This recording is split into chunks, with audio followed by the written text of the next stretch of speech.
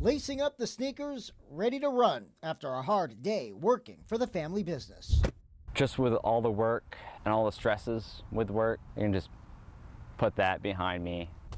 Routines may be boring for some, but 26-year-old Maxwell Curtis doesn't take his for granted, especially after what happened to Maxwell last summer while biking home from work. I was in Fairfax, saw my friend's dad, said hey, chatted for a little bit, then I took off and don't remember anything after that. It was July 19th last year, around 8:30 at night. Maxwell was on his bike at the corner of Lake Road and Route 7 in Milton when he was hit by a car. Maxwell suffered a fractured skull and a broken hand. He was in a coma for 10 days. It was just like a cloud. I can't really describe it. I was just so tired. Maxwell was a runner all through high school and college, taking up triathlons after college.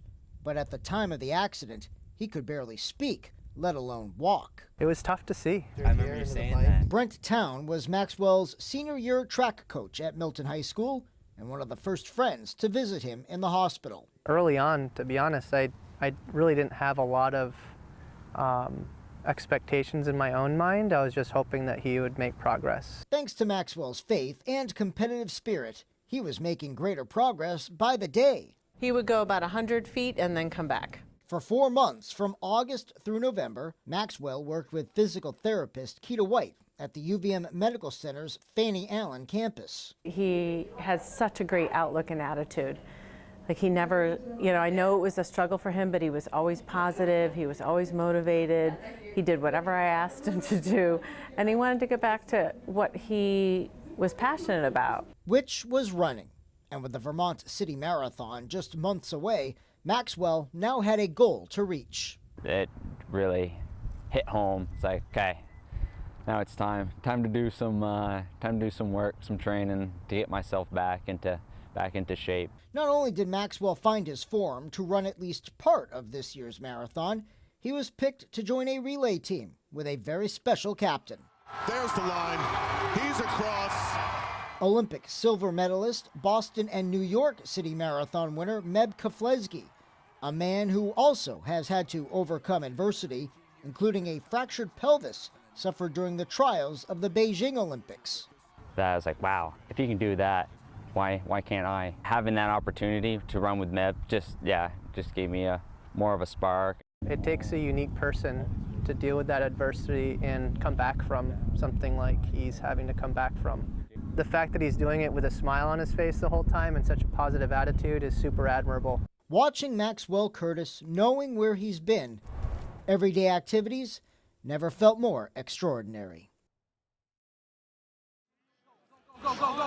This is the formation of Callie Bronson's football coaching foundation. I'm learning a lot, I'm growing a lot, and I'm getting to see way more than I ever thought I would. Bronson has an extensive football background, playing 7 years in the largest women's football league in the country. She spent last summer as an intern with the New York Jets. For me, it's great to be where I've been trying to be for the past couple years, but as far as I'm concerned, it's really only just begun. She's making us better. She brings a lot of skills that will help us on with our football program. To see the expertise and proficiency she had, it was a no-brainer for me. Go. Bronson first caught Coach Teven's attention at the Manning Passing Academy in Louisiana over the summer. She was invited to a 2-week internship here in Hanover during the preseason. She was hired shortly after that, with the players the ones really pushing for her to get the job. You get those people every once in a while where you meet them, and, they just kind of everything clicks for them. They're kind of like they're in the right spot where they need to be. And that was kind of all of our feeling with her as well. It was like she was here, she picked everything up immediately. She motivated all of us. She was just that person that was just a perfect fit for what she was doing. Bronson didn't even realize she was the first known full-time female football coach at the D1 level. She's been too focused on her work. Is it cool? Sure. To me, I think that a female should have been on the sidelines a long time ago. This is something bigger than myself. I think this is something bigger than what's happening right here. So I just hope it starts something where so many women after this now get the opportunities that, we weren't allotted before. Callie Bronson isn't quite sure when she'll reach that big victory, but she's having a blast, laying down the groundwork. Well, Eva, Kelly Lennon is a senior on the UVM swim team. Trey Bell-Haynes is a senior on the UVM men's basketball team. Both have had mental issues to overcome. Bell-Haynes says during his sophomore season, he had a really tough time overcoming a bad performance or a bad game. Lennon says after her sophomore year, she was diagnosed with an anxiety disorder. I was having a really hard time, and it was kind of scary because I was getting like really panicky for no reason. Like I would be having a great practice and doing awesome, and all of a sudden I'd just be like hyperventilating, and my coach was like, "What's wrong? Like you're doing great," and I couldn't explain it. I didn't know what was wrong. Lennon and Bell-Haynes say thanks to the Rally Around Mental Health program, they're handling stress and anxiety much better. Having 2 full-time sports psychologists on hand in the athletic department have done wonders for them and other student athletes that have taken advantage of the program. Now, coming up tonight at 6 o'clock, Trey Bell-Haynes talks about the link between this program and the success that the Catamount men's basketball team has had over the last year and a half. And don't forget, it is also WCAX night here at Patrick Gym. Over my shoulder here, we get some Channel 3 seat cushions that the first 500 fans are guaranteed to have for tonight's game. And anytime you hit a 3 tonight, you're supposed to, there we go, hold it up for everybody to see. All right, we are live at Patrick Gymnasium. Scott Fleishman, Channel 3 News. Well, opening day started off so promising for the Red Sox Thursday, but then relief pitcher Joe Kelly made an appearance on the mound, and just like that, things went from promising to depressing. The Red Sox and Tampa from the Trop last night as the Red Sox try to get back on track after Thursday's late inning 6-4 loss. Top of the 4th, the Rays' Blake Snell, a great diving catch here, robbing Boston Xander Bogaerts of extra bases. It was a great season debut for Sox starter David Price. Here he strikes out former UVM star Matt Duffy in the 6th. 5 Ks and 7 shutout innings for Price. The only run in the game comes in the top of the 7th. Runner at second. Rafael Devers back up the middle. Bogaerts scores, giving the Sox a 1-0 lead. Craig Kimbrell closes the door in the 9th, striking out the side. A nice bounce back for the bullpen. The Sox hang on for the 1-0 win, their first win of the season. Same 2 teams tonight at 6.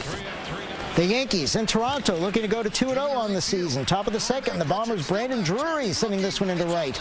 Gary Sanchez scores. The Yankees take a 1-0 lead. That wasn't all for Drury. Tied at 1 on the top of the 4th. He singles to left. Didi Gregorius comes home. Yankees back on top 2-1. They'd add to the lead in the 6th. Bases loaded. Tyler Wade drops this one into the right field gap.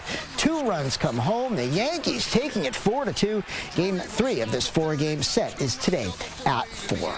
Well, it is Final Four weekend for the NCAA men's basketball tournament. WCAX will not have coverage of either the games tonight nor the championship game on Monday. TBS will have all the action. Loyola Chicago faces Michigan at 6, followed by Kansas and Villanova.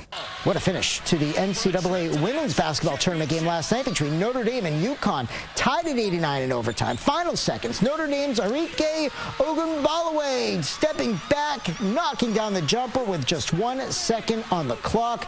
The Irish pull off the upset, beating the #1 team in the nation 91-89. Notre Dame will face Mississippi State for the national championship tomorrow night. Former Patriots defensive back Malcolm Butler is still talking about his benching in Super Bowl 52. Friday, in an episode of SI Under the Cover on Amazon, Butler said there were times during the game that he wanted to confront head coach Bill Belichick on the sidelines, but decided to stay silent and just do his job. A couple of weeks ago, Butler signed a 5-year deal with the Tennessee Titans. And finally, an update to a story I had last August on the Oxbow football team. The Valley News reported this week that Oxbow anticipates it will have enough athletes to bring back its varsity football program next fall. The Olympians were forced to play a JV schedule last season due to low numbers. Well, next on the weekend, Dave will be back to take a look at your Saturday forecast.